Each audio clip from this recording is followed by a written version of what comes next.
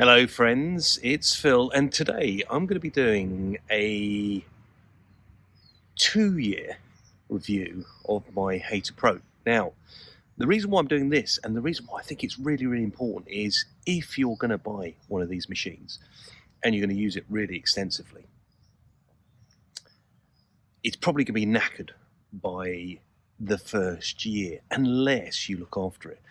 And I'm going to run through how I've looked after this, or actually I'm going to run through how it's looked after me. So sit tight and let's begin. Right, so general condition. I will talk through what I think has done well and where I think it's deteriorated. So starting from the front, I actually think the bumper bars, I probably put in my last video about the Hayter, is that I really quite fancy these bumper bars. They are proper stuff. They are proper bumper bars, and they do a bloody good job. So bumper bar, yes, thumbs up to you. Next thing is, if you look at the condition of the wheels, we'll talk about that for a little bit.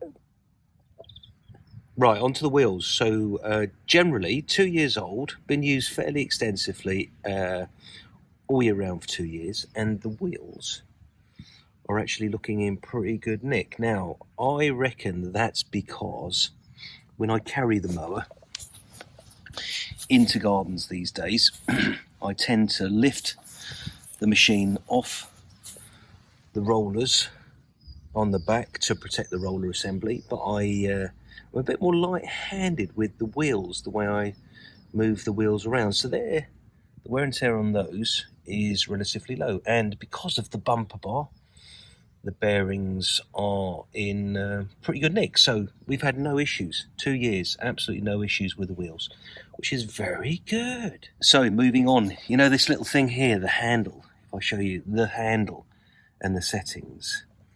Right, quite often, for whatever reason, this little handle unscrews and you lose it, and I don't know why that is. On this particular machine, the handle is now 2 years on, it's rock solid, absolutely no problems, and the gate system for the heights is pretty good, pretty good. So that's pretty good. Let's move over to that little thing there. Right, so Hayter put this in as a washing system. So you plug your hose pipe in to wash the undercarriage of the deck. The undercarriage being underneath there, right? It doesn't work. Nice idea, but it just doesn't work. Particularly with really heavy density material. I actually think the biggest criticism there is actually it probably needs to be used every day, and it doesn't. It doesn't, or it needs to be used every cut, and it can't really. So largely ineffective. Good idea, but ineffective. I like the idea, but it doesn't work. Moving on to this little bad boy. Yes, the carrying handle.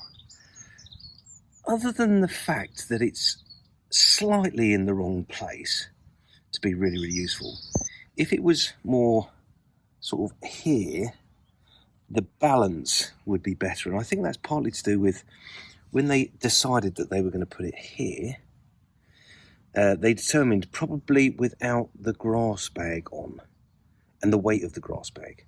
So the thing is, when you're lifting here with a grass bag that's maybe a bit grubby and carrying about 5 or 6 kilograms worth of weight in it, that is just in the wrong place. But it makes sense that it should be there. But it also makes sense that it shouldn't be there. Or maybe when you pick up the machine, you simply shouldn't have the grass bag on. But alternatively, if it was only slightly further forward, I reckon it'd probably be weighted incorrectly on the front, maybe, but better for when the bag's loaded. So handle, yes, glad it's back on, but it's not quite in the right place. Not quite. Right, so grass bag, let's go on to that. Now, the typical damage on a grass bag is to be seen. Usually you get it up there, but they've reinforced the top. Don't know why. Why did they put the rain cover on the top? Not quite sure really, but the corner damage is still happening, less so, and the corner damage comes from chucking the bag on the ground when you're emptying it, typically. So yeah, so that's not very good, is it? So it's just a bit wear and tear, but I reckon not bad for 2 years. Not bad. Easy to replace a grass bag. Not a lot of money. And a good idea. And I have mentioned in previous videos, actually, this grass bag does get cleaned regularly, but, dear friends, many people don't clean their grass bags, which they should. Just a quick look inside the grass bag. This is washed nearly every week, but you can see how the fine debris, let's say, sort of gathers, and if you don't have a clean grass bag, the mower doesn't collect properly. I don't know why that is, but someone, I'm sure, on this video will fill us in why that is the case. Anyway, that's the grass bag. So, the back of the mower. As you can see, I haven't cleaned this. I thought I'd leave it in a sort of a vulnerable, threatening condition. But you can see, this is just all a bit grubby and a bit dirty, but actually it works and there's absolutely no problems with it at all. Now, you can see on that rear roller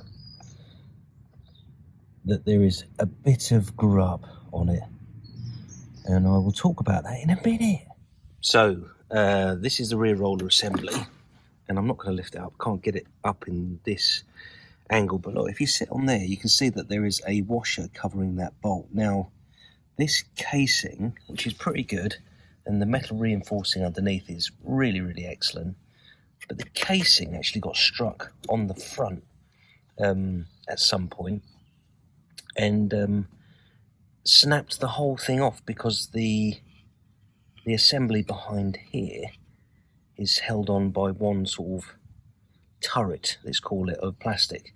So it snapped it off, but what I've done is to reinforce it. I put on a big washer and a bolt, and that's kind of reinforced this position, this assembly position, where you might get a strike on the front there or tap on the back there and break the tower, the mounting tower. That's kind of like supported it really, which is pretty good. Little fix, little hack, but I'd probably do it on any machine that I got new. Just put on that reinforced washer just to take off some of the weight. So yeah, so the roller assembly generally had absolutely no problems with it, except the only criticism is when you get down to low cut heights, it quite often carries a load of grass on that back bar. It's almost that back bar is a bit too close to the roller, I think. But that's pretty good, really. So the real assembly, the other thing that is the tip behind caring for the roller is I've made sure that I carry the machine on the front wheels in and out of gardens, as opposed to on the front wheels and the rollers. So in effect, the roller only ever gets used on grass, on soft conditions. So that's kind of saved it. I've had quite a few machines over the years where banging the roller assembly has gradually snapped it, so that's done pretty good. So all in all, the general wear and tear of the machine is excellent 2 years on. I have no complaints. I have done one oil change a year. You can see, probably could do with another oil change. Bit dark, but that is that's done well. The other thing that I've noticed that this sort of mechanic, this assembly, has hit the fence quite a few times and popped off, but luckily it has been easy enough to pop back on, so no complaints there. In terms of the general cable assembly, had very, very few issues. I think the heavy duty cables that are now on the machine, particularly on the drive system, this one with this spring is actually really, really doing a good job. Really good. That's really good, that cable. And then the drive unit one at the back, a bit looser. But yeah, that's seemed to have done well as well. So that's all working well by and large. It's a 2-year anniversary. Thumbs up from me. The only thing I will share with you, actually, is to do with the technique I've got behind starting it now. Right, I'm not going to be able to do this whilst doing this video, but I'll explain what I do. So I think the compression, I think the engine's a little bit worn out. And the reason why I say that is because when I try and start the machine, I put the choke on and get it started. I wonder if it will...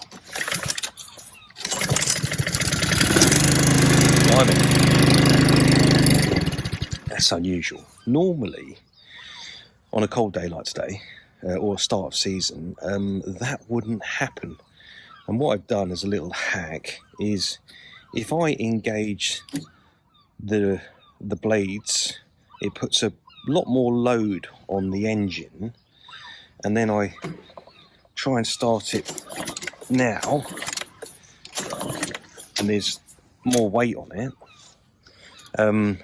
It sort of kind of puts, I don't know, more compression into the engine, and then when I actually start it, it starts easier. So yeah, maybe there's a bit of wear and tear on the engine. After 2 years, that's not surprising, but generally I think it's done really well for 2 years in my hands. But let's say, as an expert user, as a GrassMaster, I should be looking after my machinery pretty well. It's a bit grubby today. It was used well yesterday. Should have cleaned it before the video, but there you go. It's doing all right. Right, the undercarriage. All the tricky maintenance of the undercarriage. Right, if you look at this, you can see, or what you'll see underneath probably every mower. Now, to not be too hard on myself, this was used yesterday to clean up a lawn, and I forgot to clean it. So what you see here is the fine remnants of grass cutting and mud. Very, very, very common. Blade condition, excellent. This gets changed every 50 hours on my machine. And then the assembly up here, bit grubby, a bit dirty, but generally this has kind of kept in pretty good condition. So by and large, the biggest problem with the Hayter undercarriage is actually, because it's made from aluminium, the casing is, instead of plastic, it lasts longer. Yes, I agree, it lasts longer. But the byproduct of the lasting longer is some of that aluminium actually oxidizes. And the oxidizing aluminium is very good at sort of giving purchase to this fluff. Whereas the hard plastic undercarriage did a much better job of not holding on to this stuff. It was also easier to clean the plastic undercarriage, but it always used to break on the back, didn't it? Whereas this, as you can see, is a firm, solid unit. Absolutely no issues there at all. So, as long as you keep it clean, great. But as I explained, that little green cleaner unit doesn't really do what's required. And maybe the green unit was put on because of the aluminium undercarriage. Don't know, but it doesn't work. That green thing, that green piece wouldn't fix this, wouldn't clean this. Anyway, so that's kind of the 2-year Hayter review that I thought I'd do. The general thing about the Hayter is, I think the bumper bar is really good. It protects the wheels.